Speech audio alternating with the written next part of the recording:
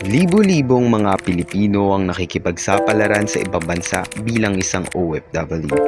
Isa na rito si Ana, ang mabuting asawa ni Victor at ina ni Nena Masayahin.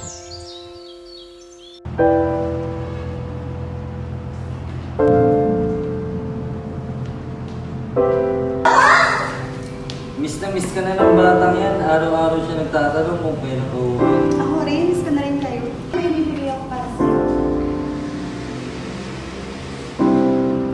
Alagaan mo ito palagi ha. Nararamdaman mo na palagi mo akong kasama kapag suot mo itong pintas.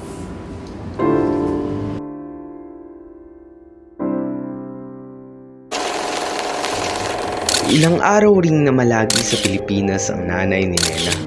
Iba't ibang lugar rin ang kanilang pinuntahan. Ngunit hindi rin nagtagal, kinakailangan na muling bumalik ni Ana sa ibang bansa. Mama, huwag ka nang umalis. Anak, babalik naman ako sa birthday ko.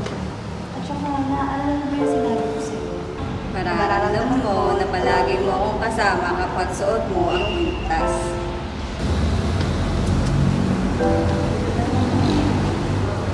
Mahal, mag-ingat ka rin na.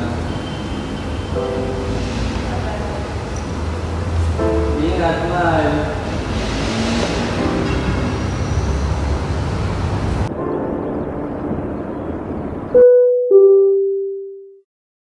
Makalipas ang ilang taon, nalalapit na ang pinakahihintay na araw ni Nena. Walang iba kundi ang kanyang kaarawan. Sa araw rin kasi na yun, muling makikita ni Nena ang kanyang ina. Subalit habang abala ang lahat sa paghahanda at pagbabalik ni Ana, isang hindi inaasahang tawag ang kanilang natanggap. Magandang araw po. Kausap ko po ba ngayon ang asawa ni Ana Masayahin? Ikinalulungkot ko po sabihin ngunit nasawi po mula sa isang car accident ang inyong asawa. Condolence po. Ha? Ano?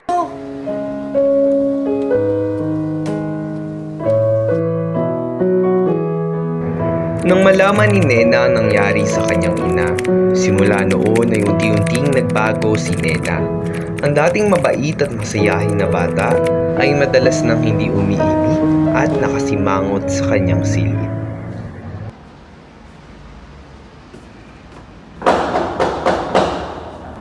Anak, kaway ka lang ba? Hindi ka pa kumakain.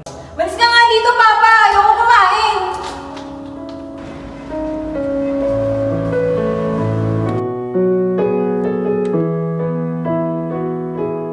Sariwa pa rin ang sakit na nadarama ni Nena sa pagkawala ng kanyang ina. Palagi pa rin siya tumatangging kausapin ng ama dahil sa isip-isipan niyang hindi naiintindihan ng kanyang ama ang pinagdadaanan niya.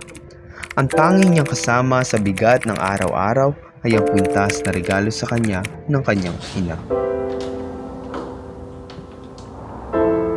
Mama, bakit mo ako iniwan? Di ba sabi mo gusto mo pa akong umakit sa stage at makapagtapos? Anak, hindi ka pa rin ba kakain? Halika rito at meron tayong bisita. Iwanan mo akong mag-isa! Wala akong pakialam sa bisita mo at wala akong pakialam sa'yo!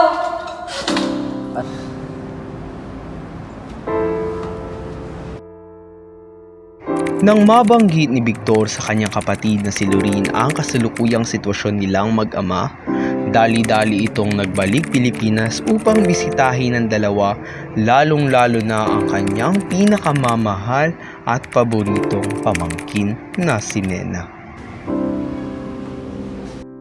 Kuya, kamusta si Nena? Hindi okay, Lorene. Ayaw niya lumabas ng kwarto, ayaw niya ako makita at ayaw niya rin ako makausap. Kuya, alam ko mahirap ito para sa iyo. Pero kailangan maging matatag para kay Nena. Paano siya makakamove on kung hindi mo siya susuportahan? Alam ko, Lorene. Pero di ko alam kung paano ko siya matutulungan. Hindi kuya, susubukan kong kausapin si Nena. Baka sakaling makinig siya sa akin. Salamat, Lorene. Sana makatulong ka sa kanya. Walang anuman kuya.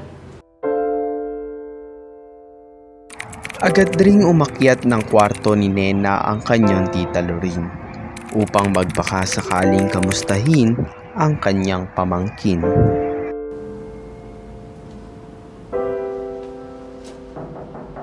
Nena? Si Tita Lorene mo ito. Naalala mo ba ako? Magkalaro tayo simula bata ka. Pwede ba tayo mag-usap? Nena, alam kong malungkot ka dahil nawala si Ate Ana. Pero alam mo bang miss na miss at mahal na mahal ka ng papa mo? Alam mo, sa tingin ko ngayon, bukod sa nawalan siya ng asawa, nawalan na rin siya ng anak. Ineng, buksan mo muna ang pinto. Hayaan mo ako pumasok at makikinig ako sa iyo. Tita? Simula noon ay halos araw-araw na ako mag-usap si Nena at ang kanyang tiyahin. Ayaw pa rin niyang umalis sa kanyang singig, ngunit pinapayagan niya na ang kanyang tiyahin na pumasok sa loob ng Di mo kanyang ba silid. alam, nandito lang ako sa iyong tabi. Di kita papabayaan kailanman. At kung Unti-unti na ngang muling nanunumbalik ang dating sigla at ngiti ni Nena, dahil na rin sa tulong ng kanyang tita Lorin. Ngunit isang araw, nagulat na lamang si Nena nang pagising niya ay nawawala na ang kwintas na ibinigay sa kanya ng kanyang namayapang ina.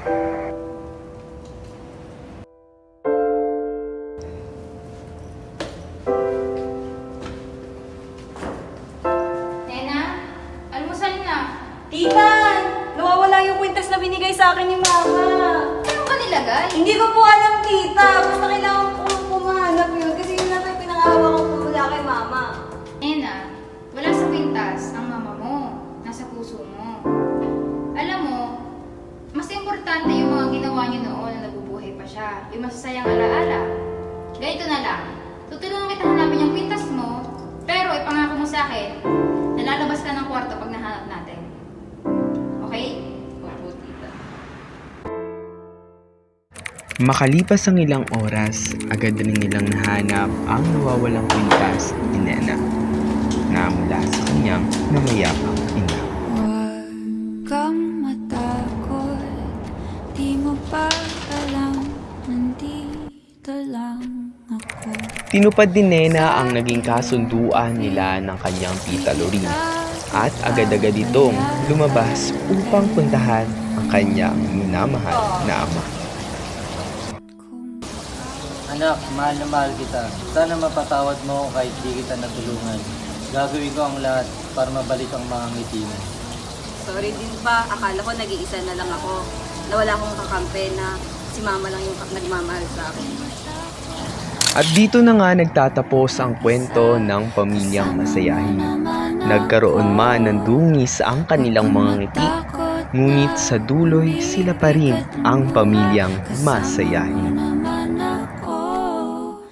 Huwag kang matakot.